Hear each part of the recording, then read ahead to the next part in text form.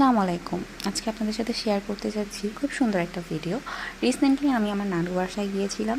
সেখানে কিছু video footage নিয়ে রেখেছি, যেহেতু আমি এখনও ওইভাবে ভিডিও নেওয়াটা মনে থাকে না।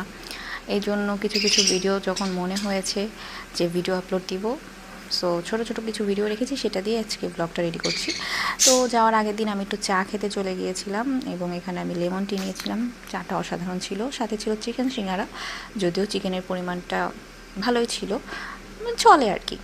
তো এই যে নানুবাড়ি যাওয়ার উদ্দেশ্যে আমি আমার গুলু সোনার জন্য কিছু খাবার কিনে এনেছিলাম। যদিও আমি বাইরে যাই এবং সে যখন আমাকে বাসায় দেখে না, সে অনেক ক্র্যাঙ্কি হয়ে থাকে, তো ওর জন্য কিছু আনলেও খুশি হয়ে যায়। আর কোনো ভিডিও ফুটেজ নেওয়া হয়নি। এটা হচ্ছে যেদিন যাবো ওই দিন সকালবেলা আমি সব কিছু একদম রেডি করে নিয়েছিলাম, সাজুগুজুর জিনিস, ড্রেস, এবং আমি কমফোর্টেবলের মধ্যে একটা ড্রেস চুজ করি। আর যেটা হয় আর কি, বের হওয়ার সময় কোনো ভিডিও ফুটেজ নিইনি। সো আমি একবারে ট্রেনে উঠে একটু দেখছিলাম আমাকে আসলে কেমন লাগছে। রেডি হয়ে ভালোভাবে একটু নিজেকে আয়নায় দেখারও টাইম পাই নাই। তো বাসা থেকে আমি ব্রেকফাস্ট করে বের হয়েছিলাম। লং জার্নিতে আমি যাওয়ার আগে একটু ভাত খেয়ে যাওয়া মনে করি যে আমার শরীরের জন্য ভালো, আমার জার্নিটা ভালো হবে। তো এখানে হচ্ছে বাবুকে ব্যাগে রাখছিলাম, কিন্তু সে ব্যাগে কোনোভাবেই থাকবে না। সে আশেপাশে পর্যবেক্ষণ করছে এবং সে মেয়াও করছিল, একটু ভয় পাচ্ছিল, যেহেতু আমার বাচ্চাটা দুর্বল হার্টের, সামান্য একটা সাউন্ডে অনেক ভয় পায়। আরও তো ট্রেন জার্নি, যদিও আমরা এসি কম্পার্টমেন্টে ছিলাম, কিন্তু যখন দরজা খোলা হচ্ছিলো তখন বাইরে থেকে সাউন্ড আসতেছিল এবং ও আসলে সাউন্ডটা প্রচুর ভয় পাচ্ছিল।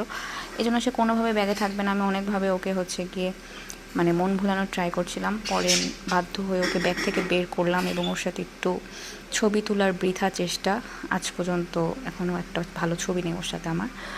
তো ওকে তারপরে আবার ব্যাগে রেখে আমি একটু প্রাকৃতিক সৌন্দর্য উপভোগ করছিলাম। অনেক দিন পর আমি নানু বাড়িতে যাচ্ছি, তো সেটাই আর কি মনে ভাবছিলাম যে কী করবো, বাট যা ভাবছি তার কিছুই করা হয়নি, নাথিং। জাস্ট ছিলাম বাড়ির মধ্যে, ঘুমাইছি, খাইছি দাইছি। তারপরে এই যে একটা রং চা নিয়ে নিলাম, এবং চা নিয়ে ঢং করা তো মাস্ট, ম্যান্ডেটরি। আমি জানি পরে খালি চার উপরেই ছিলাম, আর আমার গুল্লু সোনা এত জ্বালাইছে, ও খুব জ্বালাতন করছে। তারপরে ওকে সিটের মাঝখানে বসাই দিলাম, আর ও এত পরিমাণ বিরক্ত করতেছিল। আমি নাস্তা করবো, একটু খাবো, সেই টাইমটুকু পাচ্ছিলাম না। তারপর আমার আম্মুকে সিট থেকে উঠাই দিয়ে ওকে একটা সিট দিলাম।